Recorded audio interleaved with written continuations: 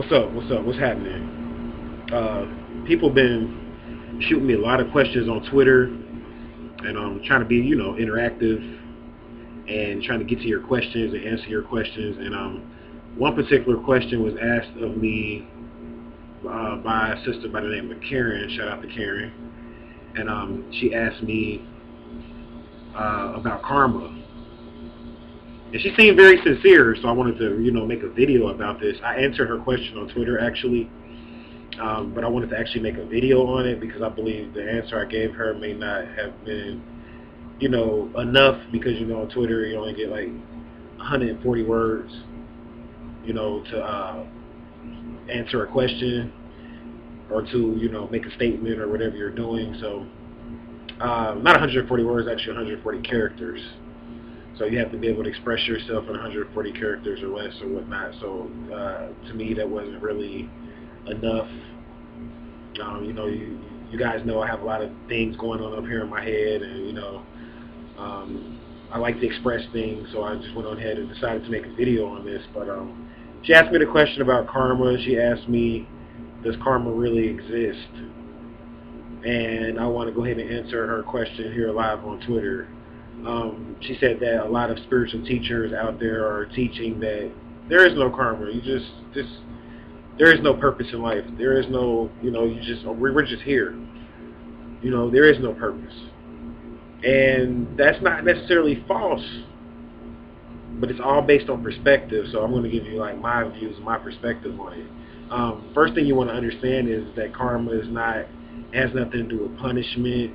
It has nothing to do, it's not like judgment. Like a lot of people, when they come out of religion, they kind of equate karma to judgment or to like persecution or something like that, and they look at karma like a punishment. When most people hear about karma, they associate it with something negative. And actually, it's even a rapper out there, shout out to Future. He says something like, "I'm gonna live my life. I ain't worried about karma." And I understand that, and I'm gonna go ahead and break that down exactly what that really truly means. For one thing, it's not anything negative. Karma is not anything negative. It's not really even anything positive, but it can be very positive and it can be very negative depending on your perspective, depending on your experience, depending on what you got from whatever you consider karma. I mean, it's based on what you consider it to be. So let's define it first of all. If we look at the definition of the term karma, I think I've talked about this before. It means to make. It means what you make. Astrologically speaking, karma goes into Saturn, Father Time. And Saturn is basically one of the most distant personal planets in astrology, meaning planets that are associated with you as a person.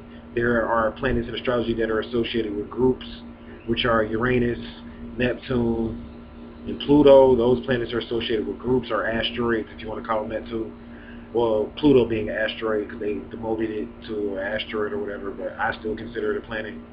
But whatever the case may be, those are the outer planets. We're not talking about that right now. But Saturn is the outermost personal planet. I think it's like the 7th planet from the sun. It's very distant. It's very huge, actually. And it takes a long time for Saturn to go around full circle in your natal chart. It takes Saturn about 29 years to go around full circle in your natal chart. When Saturn goes around full circle in your natal chart, this is called the Saturn return. So this is kind of like a rebirth, or when you get reintroduced to yourself now as a full mature adult, or as a full mature being, hopefully. And usually a lot of people, they associate Saturn return with a negative time. They say Saturn return is a time when a lot of stuff, hard stuff can happen to you and all of this, that, and the third. But it's really, Saturn return is just really like karma coming back around, or what you've produced and what you've created all of these years prior to 29. Kind of like you now you got to deal with it. The Saturn return lasts from 29 up to about 45 years old, actually, depending on how you manage Saturn return. The effects of it can continue to last because Now it's like you're an adult and you have to clean up all the mistakes you may have made in your 20s. You may have been in college, all the parties you went to, all the times you got wasted, and all the classes that you may have skipped out on. So you may still find yourself stuck in college, or you may be out of college now and you can't find a job, or you're just kind of stuck, or you're not really happy with what you're doing, and people kind of get in a slump during this time. So that's why they consider it hard, or can consider it hard. But if you know about Saturn return early, hopefully you guys that are watching this video, this, in your early 20s, or teenagers even, you can kind of get prepared for this. And by getting prepared for this, you have to know what it is you want to do at an early age. And all of this is associated with karma. So when you talk about, like, does karma exist? Basically, we are judged by our faults and not for them. Like one of the masters always taught. We are judged by our faults, but not for them. So your karma is essentially whatever you experience after you do an action. For every action, there's an equal and opposite reaction. This is called karma. So the way I broke it down to the sister, and I know she may not have understood this, but I was trying to be brief, but I gave her a parable, and I said, if I drive around the equator long enough, if I was able to do that, of course we have oceans and stuff, so so let's just say fly. If I flew around the whole equator and I had enough gas in my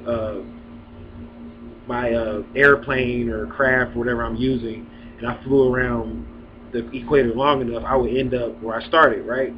And I told her that's karma, because you end up where you started. Every action has an equal and opposite reaction. What goes around comes around. So karma is just a balance of the scales. It was put here so that we can, it's a check, like putting somebody in check. Like in the chessboard, you put the king in check so that the king will move and restructure his position. You may not have a mate when you put the king in check, but sometimes the check can help out the person that's getting checked, because it can cause them to reset up their defense. So that's how karma is. It helps us to restructure our lives. It helps us to look at what's going on. It's like a knock over the head. Like, wake the fuck up. No, you ain't been doing right. Wake the hell up. What's going on? So that's what karma is. Now, should you sit around and worry about it? No. Should you sit around and, we have to live in this experience. It's not a punishment. You can do something great and experience karma from it. Just like they have the saying that says, more money, more problems. This is just like saying we are judged by our faults and not for them. So the more money, more problems means the money is going to create more problems. So the money essentially is your karma. And it may be good. A lot of people may say, well, I got $1 million, man. And that's what I always wanted. And that may be considered good karma to somebody. But then to the next person that may have had $1 million for a long period of time, they may be like, here, you can take this $1 million. I don't want to deal with it. What I've been experiencing since I've had this $1 million, I don't like it. So that's all karma is. Now, there is an advanced teaching when it comes to karma. And the advanced teaching is that, and this is what a lot of teachers, I think, are trying to express when they say there is no karma, you don't got to really worry about it and all of this, is that you are either going to experience this reality or you're going to make this reality. And you're always doing, a lot of times you may be doing both at the same time, believe it or not. But it's about the mentality. So you can make this reality or you can experience it. If you make this reality, I think that's what Future was getting at, the rapper Future, that says he ain't worried about karma, because in his mind, he according to that song, he's saying he's making this reality. In his mind, whatever he was talking about, whether it's just making some money, he's in charge of his life. He's out here hustling, getting money, and he ain't on nobody's clock. So he's doing him, so he's making this reality. He's a producer. He's producing this reality. Whereas some people experience this reality, and they are what's called spectators. Just like in Freemasonry, you have what's called operative Freemasonry and speculative Freemasonry. Operative Freemasonry is supposed to be like people that actually build, whether it's building with the tools in the workshop of the mind, or whether it's building actual buildings, whatever build structures.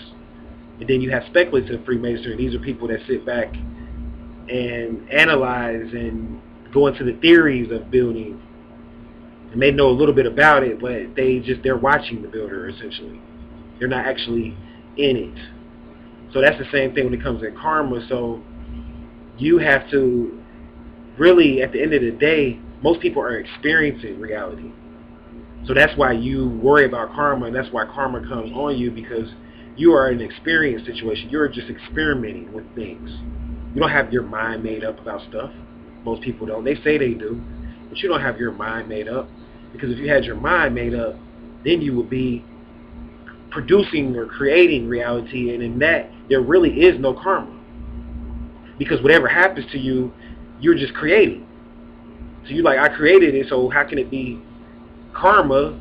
Because I just created this. This is a situation that I created. So it's not good or bad. It just is. And I'm going to continue creating more situations.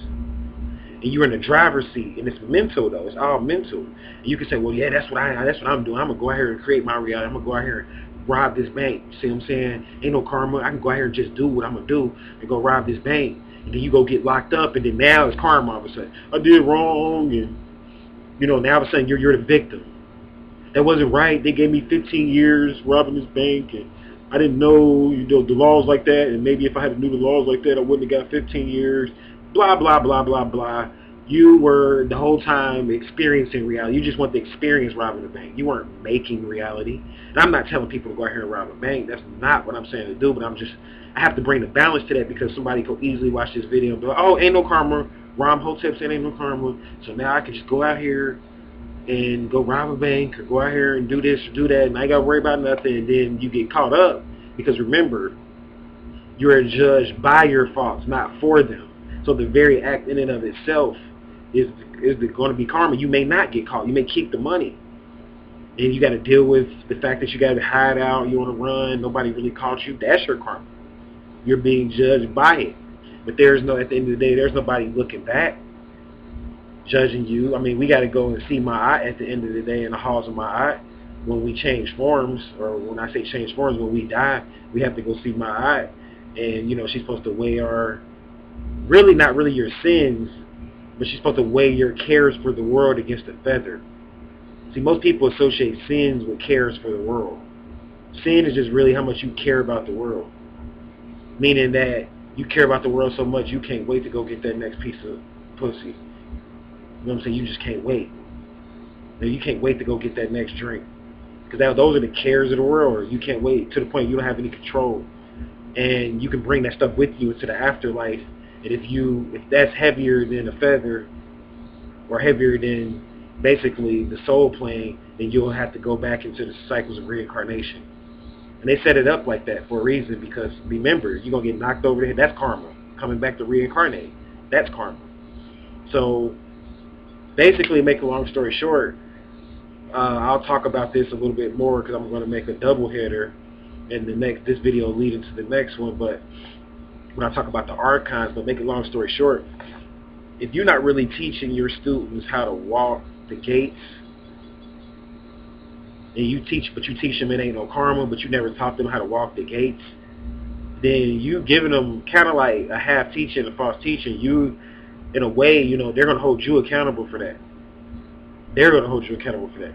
It's okay if that's what you're doing and you feel like it's okay, but you go down here telling people there ain't no karma, but then you haven't taught them how to walk the gates. You haven't really taught them how to create their own reality. You may be thinking, what is walking the gates? I brought this up before, but I'm not going to teach on it just yet. I may touch on it a little bit on the next video about the archons, but you advanced teachers that teaching there ain't no karma, you're supposed to know. And you don't know what walking the gates is, but then you teaching that it ain't no karma. Because if you walk in the gates, this is how you begin to create and make reality. This is when you are a maker and not an experiencer. You may experience as you make. So I'm not saying you don't gain experience, but at the end of the day, your mindset is, I'm constantly creating, I'm constantly making, versus experiencing. And then if you're teaching them to constantly create and make, that really eliminates the teaching of karma, because it puts them in the driver's seat to where they're accepting of whatever they build. The student is accepting of whatever he or she decides to build, predicated upon the intent put into it, whether they felt like they were doing their life purpose or what may have you. So I hope that helped. That's my brief spill on answering that question, or is there karma? I'll go ahead and shut this video down. And until my next, until we meet again, I'm out.